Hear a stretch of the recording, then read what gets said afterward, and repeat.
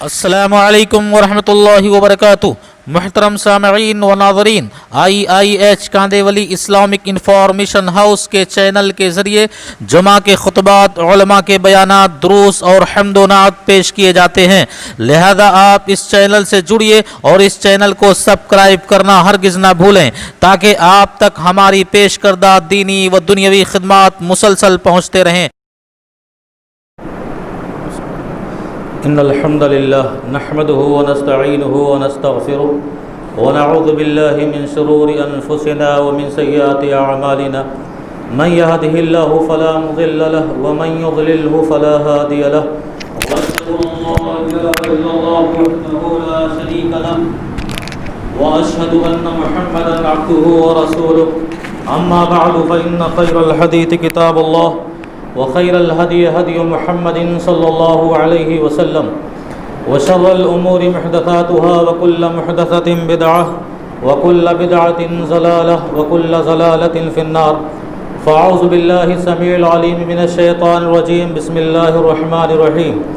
يا أيها الذين آمنوا اتقوا الله حق تقاته ولا تموتن إلا وأنتم مسلمون،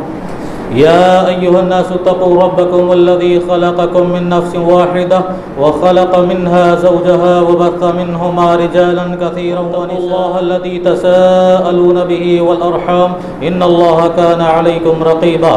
يا أيها الذين آمنوا اتقوا الله وقولوا قولا سديدا يصلح لكم أعمالكم ويغفر لكم ذنوبكم، ومن يطع الله ورسوله فقد فاز فوزا عظيما، وقال الله عز وجل أعوذ بالله من الشيطان الرجيم، أمن يجيب المضطر إذا دعاه ويكشف السوء ويجعلكم خلفاء الأرض قليلا أإله مع الله قليلا ما تذكرون۔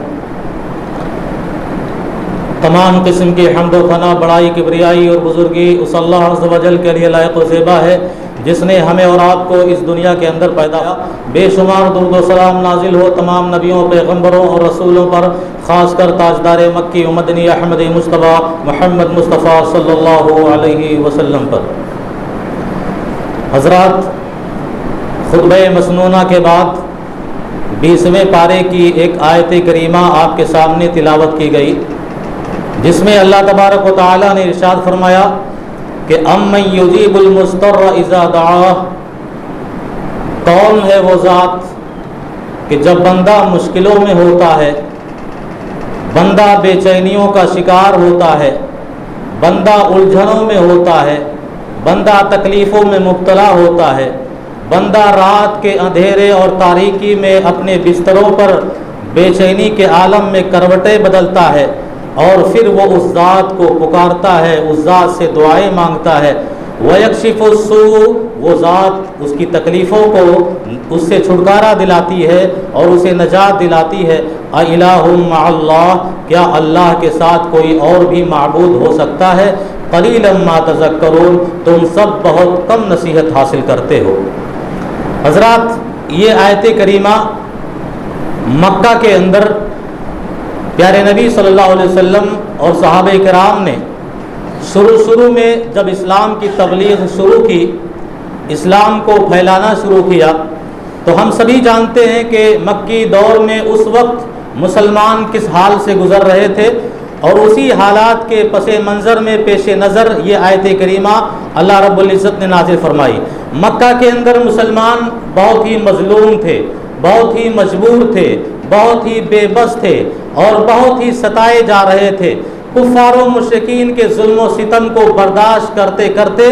وہ صحابہ اس بات کی اللہ سے دعائیں بھی کر رہے تھے کہ اللہ ہمارے معاملے کو آسان کر دے، اللہ ہمارے آنے والے مستقبل اور فیوچر کی زندگی کو روشن کر دے۔ اللہ رب العزت نے اپنے ان بندوں سے اپنی نصرت اور اپنے مدد کا وعدہ کرتے ہوئے یہ فرمایا کہ میرے بندو،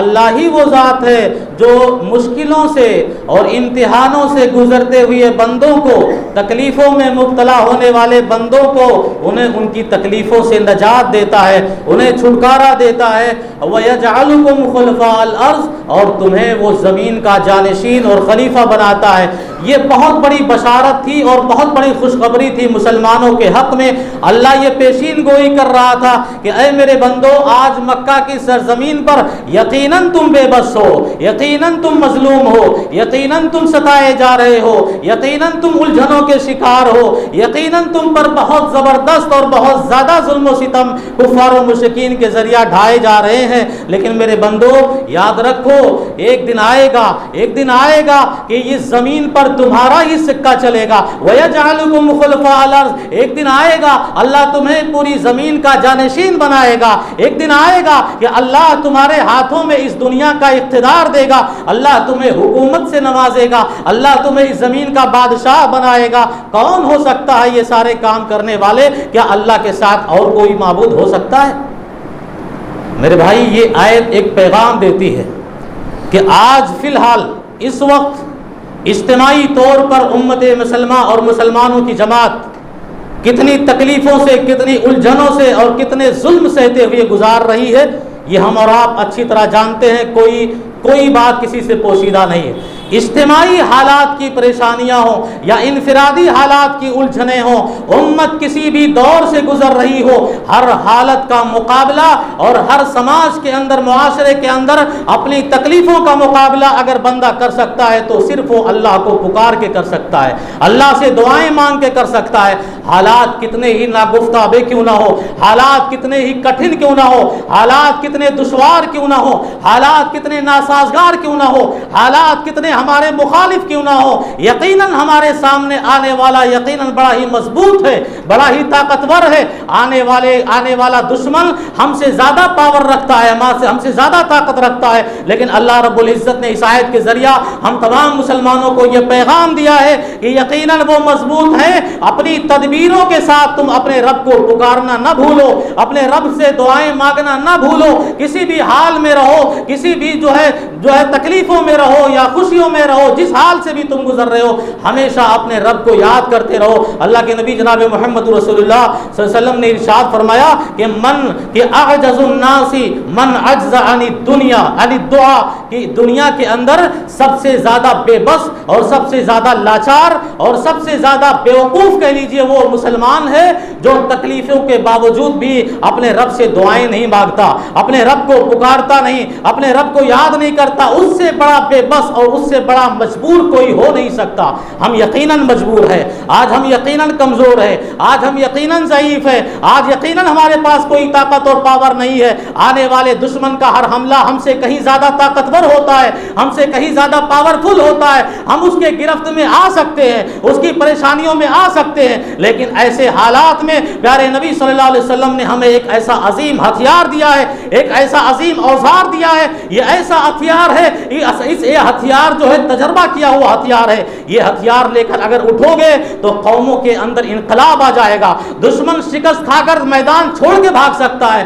پر اپناؤ تو صحیح۔ اللہ کے نبی نے فرمایا الدعاء سلاح المؤمن، کہ دعا یہ مومنوں کے حق میں ہتھیار ثابت ہوتا ہے، مومن کے حق میں یہ اسلحہ اور اوزار ثابت ہوتا ہے۔ بس اس ہتھیار کو اپنا کر تو دیکھو، اس ہتھیار کو اللہ کے نبی صلی اللہ علیہ وسلم نے ارشاد فرمایا کہ دعا جہاں ایک عبادت ہے، اب دعاؤ مخ العبادہ، دعا تمام عبادتوں کا مغز ہے۔ جیسے بغیر مغز کے انسان دیوانہ اور پاگل ہوتا ہے، ایسے ہی کوئی بھی عبادت اگر دعا سے خالی ہو، اللہ کی پکار سے خالی ہو، اس دعا کے اندر وہ رنگ نہیں آتا جو رنگ آنی چاہیے۔ الدعاء مخ العبادہ، دعا یہ تمام عبادتوں کا راز ہے، مغز ہے، اور اسی دعا کے ذریعہ انسان اور مومن خاص کر اللہ کے بندے یہ اپنے ہتھیار کے طور پر استعمال کرتے ہیں۔ پیارے نبی صلی اللہ علیہ وسلم نے دیکھو پوری زندگی، انبیاء اس سے پہلے جو اس دنیا میں آئے،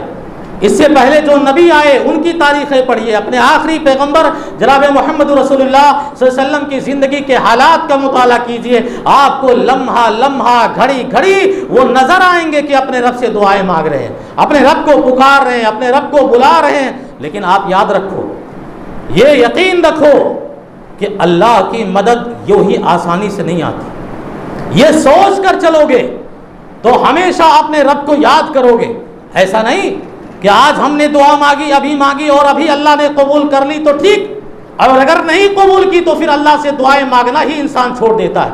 اللہ کو یاد کرنا ہی مسلمان چھوڑ دیتا ہے۔ پریشانیوں میں ڈوبا ہوا انسان اپنے رب سے پریشانیوں سے نجات کی امید کرتے ہوئے دعائیں مانگتا ہے، یقیناً اس کی پریشانیاں ابھی دور نہیں ہو رہی ہے، لیکن وہ مستقبل کی، وہ فیوچر کی نہیں سوچ رہا ہے، وہ تو یہ سوچ رہا ہے اللہ سے مانگا اللہ نے نہیں دیا، اللہ سے دولت مانگی اللہ نے نہیں دیا، اللہ سے بیویاں مانگی اللہ نے بیویاں نہیں دی، اللہ سے محلات مانگے اور کوٹھیاں مانگی اللہ نے نہیں دیا، ہم تو در در کے آج بھی بھکاری ہے، ہم تو در در کے آج بھی فقیر ہیں، پھر اللہ کی کون سی ذات ہے جو دعاؤں پہ دعائیں ہم مانگ رہے ہیں پھر بھی ہماری دعا اللہ قبول نہیں کر رہا ہے؟ تو آپ یاد رکھو اللہ کی مدد اور نصرت اور اللہ کی قبولیت اتنی آسانی سے نہیں آتی ہے، اور اتنے معمولی بھی اللہ کی مدد نہیں ہے۔ دیکھو صحابہ کی جماعت، صحابہ کی پوری جماعت پیارے نبی جناب محمد رسول اللہ صلی اللہ علیہ وسلم کے دربار میں آئی، کئی لوگ تھے صحابہ، انہوں نے عرض کیا اللہ کے نبی مکہ کے اندر کفار و مشرکین نے ستانے میں اور ظلم ڈھانے میں کوئی کسر نہیں چھوڑی ہے، ہمیں اتنا ستایا، ہمارے بچوں کو آج بھی اتنا ستا رہے ہیں، اور یقیناً ہمیں اپنے جسم کی تکلیف تو منظور ہے، لیکن آج یہ حالت ہو گئی ہے کہ ہم اللہ کی عبادت بھی کھل کر نہیں انجام دے پا رہے۔ اور آپ تو دیکھ رہے ہیں صحابہ نے کہا پیغمبر آپ کی ہستی کے اور آپ کی جیسی شخصیت کے پشت مبارک پر یہ قوم اونٹ کی اوجھڑی لا کے رکھ دیتی ہے، اور ہم عبادت کے لیے مسجدوں میں جاتے ہیں ہمارے راستوں میں کانٹے بچھا دیتی ہے یہ قوم، ہمیں اتنا ستا رہے ہیں، ہمیں جو ہے ہم پر جو ہے اتنا ظلم و ستم ڈھائے، ہمیں سب کچھ منظور، لیکن اے اللہ کے نبی اب صبر کا پیمانہ لبریز ہو گیا، اب ہم سے سہا نہیں جاتا، اب ان کا ظلم ہم سے برداشت نہیں ہوتا، اب اتنا یہ ستانے لگے کہ دن کے اجالے میں بھی ہمیں چین سے رہنے نہیں دیتے، رات کی تاریکی میں بھی ہمیں سکون سے سونے نہیں دیتے، رات کی تاریکی میں بھی ہمیں سکون سے اللہ کی عبادت کرنے نہیں دیتے، ان کا ظلم حد سے تجاوز کر گیا۔ متی نصر اللہ، سوال کر رہے ہیں صحابہ، متی نصر اللہ، اب اتنے ظلم سہنے کے بعد اے اللہ کے نبی اب اللہ کی مدد کب آئے گی؟ اب اللہ ہماری نصرت اور مدد کو کب جو ہے فرشتوں کو یا اپنی مدد کو کے لیے جہاں یہاں آئے گا اور اتارے گا، ہماری مدد کرے گا؟ متی نصر اللہ، صحابہ نے سوال کر لیا۔ اللہ کے نبی صلی اللہ علیہ وسلم نے ارشاد فرمایا اصبروا یا اصحابی، اے میرے صحابہ صبر کرو، اے میرے صحابہ صبر کرو، کیا تمہیں یاد نہیں کہ اللہ کے خاطر اور اللہ کے دین کے خاطر تم سے پہلے لوگوں نے اس سے بھی زیادہ تکلیفیں اٹھائی ہیں، اور لوگوں نے اس سے بھی زیادہ جو آج تم پر ظلم ہو رہے ہیں ان کے ظلم کے آگے تمہارا یہ ظلم معمولی ہے۔ آج جو تم ستائے جا رہے ہو اس سے پہلے اللہ کے بندے جو ستائے گئے ان کا ستایا جانا کافی زیادہ جو ہے اضافہ ہے تمہارے اس ستائے جانے میں، جانتے ہو؟ اس سے پہلے جنہوں نے اللہ کے دین کو قبول کیا انہیں کھولتے ہوئے تیلوں میں ڈال دیا گیا، اس سے پہلے جنہوں نے اللہ کے دین کو قبول کیا ان کے ساتھ لوگوں نے یہ کیا کہ ان کے جسم کو آرے سے 2 حصوں میں تقسیم کر دیا، چیر دیا ان کے جسم کو، ایسا ظلم برداشت کیا اللہ کے بندوں نے اسی زمین پر۔ اصبروا یا اصحابی، اے میرے صحابہ صبر کرو، ان نصر اللہ قریب، یقیناً اللہ کی مدد آئے گی، اللہ کی مدد قریب ہے، وہ یقیناً آئے گی۔ تو ہم اور آپ یہ کیسے سوچ رہے ہیں کہ ہم کسی چیز کی دعا کریں اور کسی تکلیف سے نجات کی اللہ سے امید رکھیں اور فوراً ہمیں نجات مل جائے، فوراً ہمیں چھٹکارا مل جائے؟ اللہ کی مدد اتنی آسانی اور اتنی جو ہے معمولی ہے۔ حضرت ایوب کا واقعہ مشہور ہے، معروف ہے، میں پوری تفصیل نہیں بتاؤں گا، لیکن اشارہ کرتا ہوں کہ اگر دعائیں مانگنے سے فوراً ہی دعا قبول ہو جاتی اور اس بات کی گارنٹی ہوتی تو پیغمبر ایوب نے کئی مدتوں تک، کئی سالوں تک بیماریاں جھیلی۔ آج کورونا جیسی بیماری میں گرفتار ہونے کے بعد بھی ہمارے رونگٹے جسم کے کھڑے نہیں ہوئے۔ اللہ کے نبی جناب محمد رسول اللہ صلی اللہ علیہ وسلم پر نازل کردہ قرآن مجید ہمیں یہ نصیحت کرتا ہے، اللہ کا یہ قانون ہے، اللہ کا یہ ضابطہ اور اصول ہے اس دنیا کے بندوں کے لیے کہ وہ اپنے بندوں کو چھوٹے چھوٹے عذاب دے کر انہیں سدھارنا چاہتا ہے، انہیں صحیح راہ پر لانا چاہتا ہے۔ یقیناً جھانکے ہر شخص اپنے گریبان کے اندر کہ اتنے بڑے امتحان سے گزرنے کے بعد، اور آج بھی گزر رہے ہیں، اتنی بڑی بیماریوں کا شکار ہونے کے بعد پوری دنیا آج بھی گزر رہے ہیں، یہ بتاؤ کہ کیا ہم نے سبق حاصل کیا، کیا ہم نے نصیحت حاصل کی، اللہ کے اس قانون پر کہاں تک عمل کیا کہ اللہ نے بتایا کہ ہم اپنے بندوں کے پاس اپنے چھوٹے چھوٹے عذاب بھیج کر، یہ عذاب ہی تو ہے جس سے پوری دنیا پریشان ہو جائے، پوری دنیا کا کاروبار ٹھپ ہو جائے، ہماری معیشت تباہ ہو جائے، لوگ روڈ اور سڑکوں پر آ جائے، تجارت و کاروبار پر اتنا گہرا اثر پڑے، تو یہ کیا ہو سکتا ہے میرے بھائی؟ اللہ رب العزت نے فرمایا کہ ہم چھوٹے چھوٹے عذاب بھیج کر اپنے بندوں کو صحیح راہ پر لانا چاہتے ہیں، پر افسوس ہے، دیکھو اللہ کہہ رہا ہے فلولا فلولا اذ جاءهم بأسنا تضرعوا، افسوس تو اس بات پر ہے کہ میرے بندے عذاب میں مبتلا ہونے کے بعد بھی مجھے یاد نہیں کرتے، میرے بندے عذاب میں ڈوبنے کے بعد بھی مجھے جو ہے پکارتے نہیں، مجھ سے فریاد نہیں کرتے۔ میرے بندے عذاب میں مبتلا ہونے کے بعد بھی میرے سامنے ہاتھ نہیں پھیلاتے، میرے سامنے روتے نہیں۔ اللہ کی مدد کیا یوں ہی آ جاتی ہے؟ بڑے صبر کے بعد آتی ہے، بڑی تکلیفوں کے بعد آتی ہے، پیشانیاں زمینوں پر سالوں سال رگڑنے کے بعد اللہ کی مدد آتی ہے۔ صحابہ نے کئی زمانے تک مکہ کے اندر ظلم سہے، اس کے بعد حال یہ ہوا کہ پوری دنیا کے اندر اسلام کا جھنڈا لہرایا اور مسلمان آن بان شان سے اس دنیا میں جیتے رہے اور حکومت اور بادشاہت کرتے رہے۔ کیا ہماری آنکھوں سے یہ چھپا ہوا؟ کیا ہم نہیں جانتے یہ تاریخ؟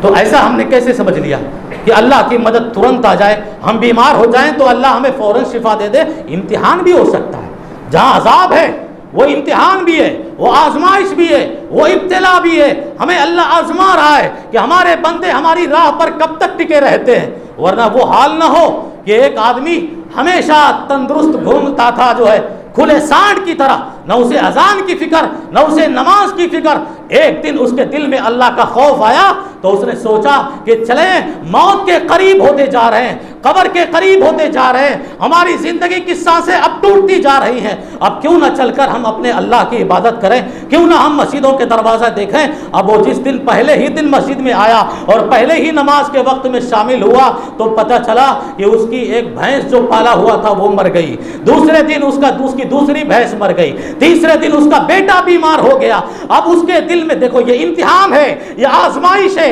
اللہ بڑے بڑے نبیوں کو، بڑے بڑے پیغمبروں کو امتحانوں سے گزارا ہے، ہم اور آپ کس کھیت کے مولی ہیں۔ اب حضرت ایوب کا صبر دیکھو، یہاں اس آدمی کو صبر نہ ہوا اور وہ مسجدوں کا دروازہ ٹھکرا دیا یہ کہہ کر کہ دیکھو آج تک کھلے سانڈ کی طرح گھومتا رہا تو تندرست رہا، تو توانا رہا، تو سینے تان کر چلتا رہا، آج رب کی عبادت کے لیے پہلی بار مسجد میں آیا اور رب نے میرے ساتھ یہ ساری مصیبتیں اور یہ سارے حادثے کر دیے۔ اور پھر رب سے ناراض ہو کے وہ مسجدوں کے دروازے سے پلٹ گیا اور پھر دوبارہ اس نے مسجد کا دروازہ نہیں دیکھا۔ نقصان کس کا ہوا؟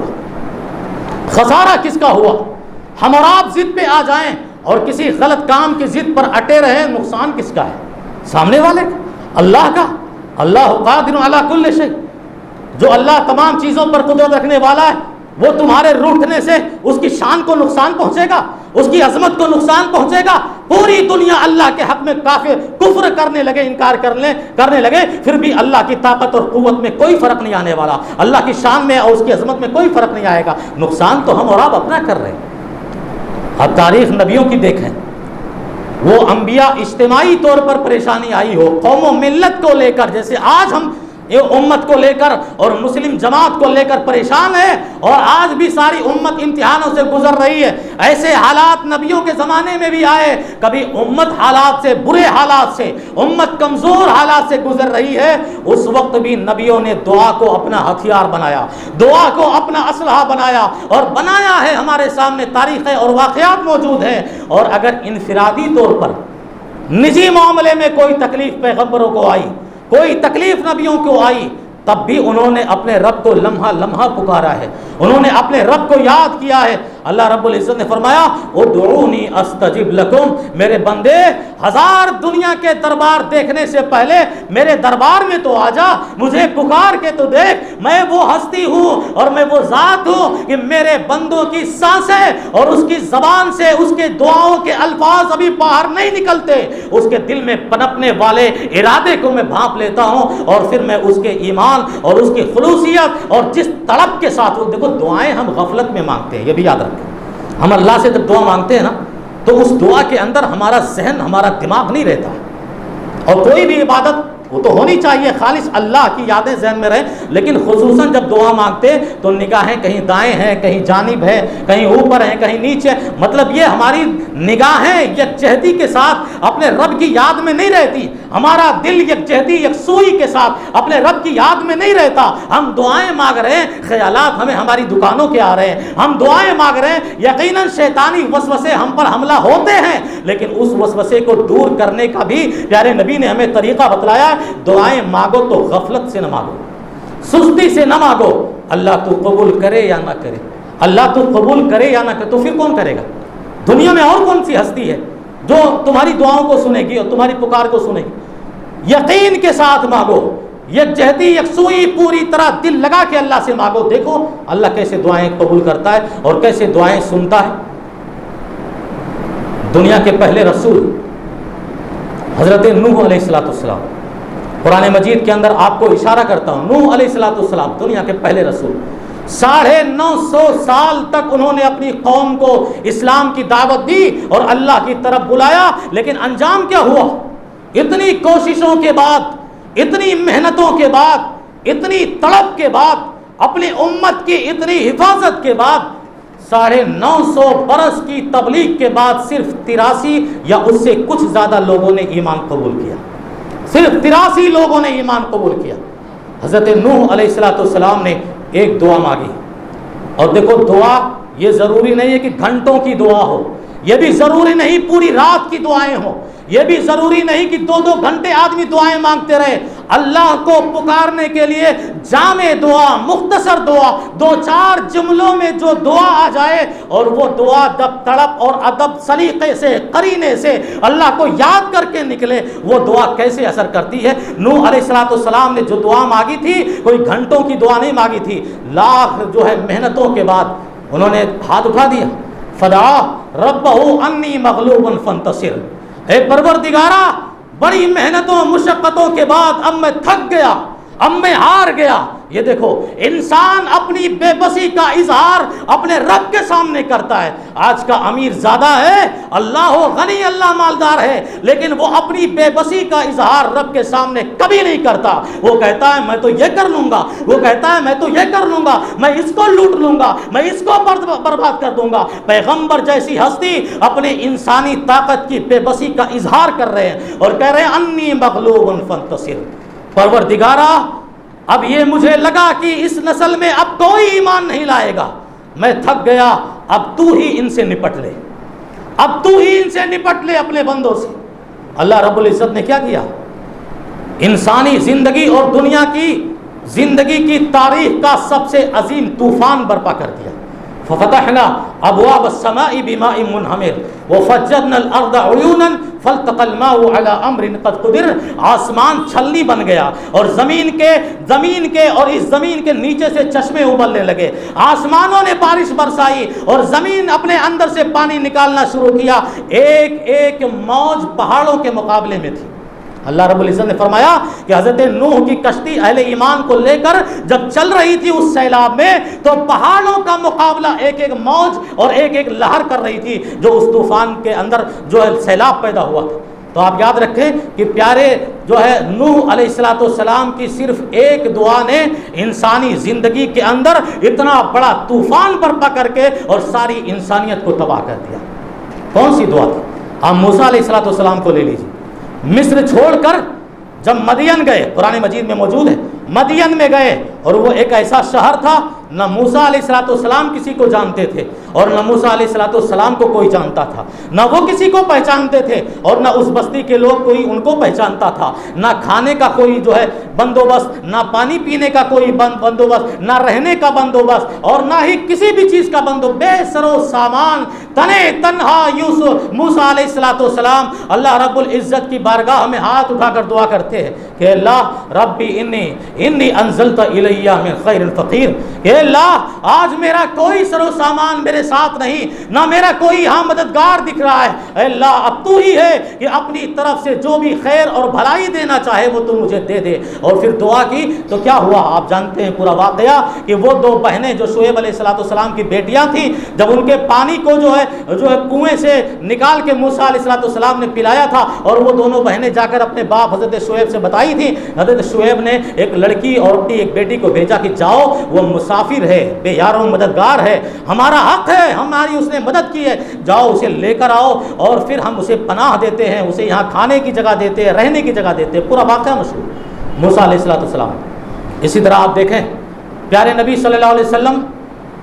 مشرکین مکہ ہی نے ایک دور ایسا بھی آیا کہ مدینہ کے اندر چلے آئے مسلمان, اس کے باوجود مشرکین مکہ مدینہ سے آنے والے مسلمانوں کو راہوں میں پریشان کرتے, راستہ نہیں چلنے دیتے. ان کی شرارت اس قدر بڑھ گئی, ان کی بغاوت اس طرح بڑھ گئی, ان کی سرکشی اس طرح بڑھ گئی کہ پیغمبر صلی اللہ علیہ وسلم جو رحمت للعالمین تھے لیکن ان کے بھی صبر کا پیمانہ لبریز ہو گیا اور کہا آج یہ مشرکین مکہ نے حد سے تجاوز کر دی ہے ظلم کرنے میں, ہمارے صحابہ کو چین سے یہ چلنے بھی نہیں دیتے, یہ راستوں میں تجارت و کاروبار بھی نہیں کرنے دیتے. اللہ کے نبی صلی اللہ علیہ وسلم نے فوراً ہاتھ اٹھا لی دعا کے لیے, ہاتھ اٹھائی اور اللہ سے کہا اللہم اعنی علیہم بسبع کسبع یوسف, کہ اللہ ان مشرکین مکہ کی سرکشی, ان کا غرور, ان کا تکبر, ان کی بغاوت اتنا بڑھ گئی ہے کہ تیرا یہ پیغمبر تیرے دربار میں یہ دعا کرتا ہے کہ ان کے اوپر تو قحط سالی اور سوکھے کو ایسے ہی مسلط کر دے جیسے یوسف علیہ السلام کے دور میں 7 سال تک قحط سالی تو نے ڈالی تھی. پیغمبر کی دعا زبان سے نکل گئی اور مشرکین مکہ کے حق میں یہ بد دعا ثابت ہوئی اور اللہ نے دعا قبول کی. قحط سالی کا معاملہ آ گیا مشرکین مکہ پر, اور وہ صحابہ جو شروع میں شیب ابی طالب میں چمڑیاں چوسنے پر مجبور ہوئے تھے, جن کے بچوں کی چیخ و پکار مکہ شہر تک پہنچتی تھی, اور اس گھاٹی کے اندر پیارے نبی کے ساتھ جو صحابہ تھے درختوں کے پتے چوس کر انہوں نے اسلام کی تعلیم کو لوگوں تک پھیلایا تھا. اللہ نے وَيَجْعَلُكُمْ خُلَفَاءَ الْأَرْضِ, یقیناً اللہ ایک دن تمہیں اس زمین کا اقتدار دے گا, اس زمین کی حکومت دے گا, اس زمین کا تمہیں خلیفہ بنائے گا. اور پھر آیا کہ نبی نے بد دعا کی مشرکین مکہ کے حق میں, اور قحط سالی کا ایسا دور آیا کہ سارے مشرکین مکہ تڑپ رہے تھے دانے دانوں کے لیے, پانی کے لیے تڑپ رہے تھے, درختوں کے پتے کھا کر اپنا بھوک مٹا رہے تھے, چمڑیاں چوس رہے تھے جانوروں کی. ایسے حال ہو گئے تو اسی مکہ کے سرزمین پر ابو سفیان جو مسلمان نہیں ہوئے تھے اس وقت, ابو سفیان جو مکہ کے مشرکوں کے سردار تھے اس وقت انہوں نے اسلام قبول نہیں کیا تھا, پیغمبر کے اور مسلمانوں کے سب سے بڑے دشمن تھے. انہیں یہ احساس ہوا کہ یقیناً قحط سالی کا یہ جو دور آیا ہے یہ محمد رسول اللہ صلی اللہ علیہ وسلم کی بد دعاؤں کا اثر ہے. یہ ہم نے ستایا صحابہ کو, مسلمانوں کو, ان کے قافلے کو لوٹا, ان کے مالوں کو لوٹا, ان کی تجارت کو ہم نے ختم کیا. لگتا ہے پیغمبر نے یقیناً یہ دعا کی ہے رب کی بارگاہ میں. فوراً ابو سفیان مکہ سے مدینہ آئے, دیکھو مکہ سے مدینہ آ گئے اور فوراً کہا یا محمد اسألک باللہ والرحم, اے محمد صلی اللہ علیہ وسلم یقیناً یہ جو قحط سالی کا معاملہ مشرکین مکہ پر آیا ہے یہ آپ کی زبان سے نکلے ہوئے بد دعاؤں کا اثر ہے. میں آپ کو اللہ کا واسطہ دیتا ہوں, ایک کافر ہے, ایک غیر مسلم ہے, آج مسلمان بھی اللہ کا نام لینے کو تیار نہیں, اپنے کسی معاملے میں اپنے رب کو ایسی حالتوں میں بھی یاد نہیں کرتا جن حالتوں میں مکہ کا ایک کافر یاد کر رہا ہے. کہ اسألک باللہ, اے پیغمبر ہم تمہیں جو ہے اللہ کا واسطہ دیتے ہیں, اور ہمارے اور آپ کے بیچ, مکہ اور مدینہ کے بیچ لوگوں کے درمیان جو رشتہ داریاں ہیں ان رشتوں کا حوالہ دیتا ہوں, آپ اللہ سے دعا کیجئے یہ قحط سالی کا معاملہ ختم ہو جائے. پیغمبر صلی اللہ علیہ وسلم نے ترس کھائی, رحم کھایا. آج ایک بھائی پر رحم نہیں کرتا, ایک اولاد اپنے باپ پر رحم نہیں کھاتی, ایک ماں باپ جو ہے اپنے دشمنوں کے حق میں ان سے بدلہ لینے کے لیے رحم کا معاملہ نہیں کرتا. کوئی بھی انسان اس دنیا میں رحم کے معاملے سے اپنے دل کو خالی کر لیا ہے. اور پیغمبر جو رحمت للعالمین تھے, اتنا ستانے کے بعد ابو سفیان فریاد لے کر آیا, مکہ کا کافر ہے, اور وہ گزارش اور درخواست لے کر آیا. پیغمبر صلی اللہ علیہ وسلم نے اس کافر کے درخواست کو بھی قبول کیا اور اللہ کی بارگاہ میں دعا مانگی. فوراً قحط سالی کا وہ مرحلہ ہٹ گیا اور مشرکین مکہ دوبارہ آسمان سے بارشوں کا نزول ہوا اور ان کے گھروں میں اناج اور غلے آئے. تو ہم اور آپ دعاؤں کو معمولی نہ سمجھیں, مانگتے رہیں, حالات کیسے بھی آئیں. یقیناً آج مسلمان بہت کٹھن حالتوں سے گزر رہا ہے, بہت دشوار حالتوں سے گزر رہا ہے. ایسے معاملے میں بھی یقیناً جبکہ ہم جانتے ہیں کہ صاحب اقتدار, صاحب حکومت پوری طرح مسلمانوں کو ملیا میٹ کرنے پر تلی ہوئی ہے, ایسی حالتوں میں بھی ہماری اور آپ کی زبانیں دعاؤں سے خالی ہیں, اللہ کو پکارنے سے خالی ہیں. ضرورت ہے دعائیں مانگنے کی. اگر تمہیں نقشہ بدلنا ہے دنیا کا, اگر قوم کا نقشہ بدلنا ہے, پیارے نبی جناب محمد رسول اللہ صلی اللہ علیہ وسلم کے طرز عمل کو اپناؤ, ہتھیار بناؤ اپنی دعا کو, ہتھیار بناؤ اپنی پکار کو, جیسے بنایا تھا پیغمبر صلی اللہ علیہ وسلم نے بدر کے میدان میں. یہ 1000 کفار کی لشکر سامنے تھی اور بشارت مل گئی تھی خوشخبری کی، ایک دن پہلے بتا گیا تھا نبی کو کہ تم سب جیت جاؤ گے اور اس میدان میں مسلمانوں کا قبضہ ہوگا. یہاں تک اللہ نے اشارہ کر دیا تھا اس جگہ پر ابو جہل کی لاش پڑی ہوگی، اس جگہ پر فلاں کافر ملے گا. سب کچھ جاننے کے باوجود ہم تو جانتے بھی نہیں کہ ہمارے ساتھ کیا معاملہ ہونے والا ہے، ہمارے ساتھ کیا حال ہونے والا ہے، ہمارے گھروں پر کیسے حملے اور جو ہے یلغار ہونے والے. ہمیں تو غیب کا پتہ بھی نہیں اور نہ ہی کوئی وہی ہمیں خبردار کر سکتی ہے. اس وقت پیغمبر کو خبر بھی کر دی گئی، مسلمان بھی جان گئے، اس کے باوجود اپنے رب سے دل لگانے کا یہ معاملہ دیکھا گیا، دعا و مناجات اور پکار کا یہ معاملہ دیکھا گیا کہ میدان بدر میں پیغمبر صلی اللہ علیہ وسلم چادر اوڑھے کھڑے ہیں اور شدید دھوپ ہے، شدت کی گرمی ہے، پسینے ٹپک رہے ہیں، چادر کبھی جو ہے زمین پہ گر جا رہی ہے. ابو بکر رضی اللہ تعالیٰ عنہ اٹھا کے پیغمبر کے جسم پہ رکھ رہے ہیں اور فرما رہے ہیں واللہ اللہ کی قسم ہے پیغمبر صلی اللہ علیہ وسلم بہت ہو گئی دعائیں مانگ کر، آپ کے پسینے جسم سے بہ رہے ہیں، بہت ہو گئی، اللہ آپ کی پکار سنے گا. دیکھو سنے گا یہاں پہلے معلوم ہے، اس کے باوجود مناجات اور دعا ہو رہی ہے. اللہم ان تہلک ھذہ العصابۃ لن تعبد فی الارض بعد. یا اللہ اگر اس زمین پر آج تیری مدد نہ آئی، اگر تیری نصرت نہ آئی، آج مسلمانوں کو فتح اور جیت نہ ملی تو اللہ تو یاد رکھ لے اس زمین پر پھر تیری عبادت نہیں ہو سکتی، تیرا کوئی نام نہیں لے گا. اس طرح کی دعائیں پیغمبر صلی اللہ علیہ وسلم کر رہے ہیں اور انجام کیا ہوا آپ جانتے ہیں. 5000 فرشتوں کا نزول اس دنیا میں ہوا اور بدر کے میدان میں مسلمانوں کی حمایت میں اترے اور جیت مسلمانوں کو ملی.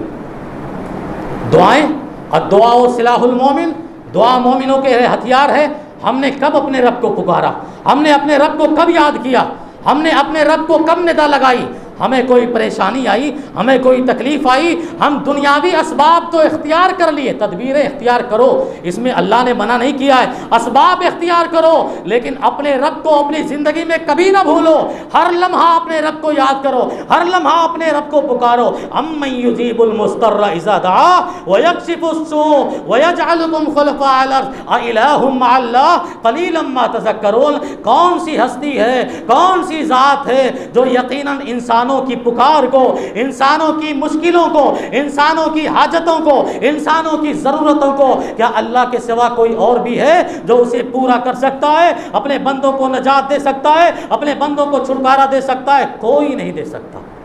اللہ کے سوا کوئی نہیں دے سکتا. تو میرے بھائی اور دوستو آخری اشارہ کرتا ہوں، دعا کو اپنا ہتھیار بنائیے، دعا کو اپنا اسلحہ بنائیے. سامنے والا دشمن یقیناً ہم سے کہیں زیادہ مضبوط ہے، کہیں زیادہ پاورفل ہے، لیکن دشمنوں کا پاور اور دشمنوں کی طاقت ہمارے اپنے رب کے سامنے کوئی معاملہ اور کوئی حیثیت نہیں رکھتا. وہ رب کی طاقت ہے، وہ رب کی قوت ہے کہ پل بھر میں قوموں کے اندر، پل بھر میں سوسائٹی معاشرے کے اندر پورا نقشہ ہی بدل دیتا ہے، پوری دنیا کی حالتیں بدل دیتی ہے. پوری دنیا سوکھی پڑی ہو، اللہ جو ہے بارشوں کو نازل کر کے انسانوں کو سکون، جانوروں کو سکون دیتا ہے. یہ اللہ ہی کی ذات ہے میرے بھائی اور دوستو. اس لیے ضروری ہے کہ اس دور سے جن حالتوں سے ہم اور آپ گزر رہے ہیں، بہت پریشانیوں کا عالم ہے، ہماری تمام چیزیں آہستہ آہستہ تباہ ہوتی جا رہی ہیں، برباد ہوتی جا رہی ہیں. اب ضرورت ہے ہر بندہ،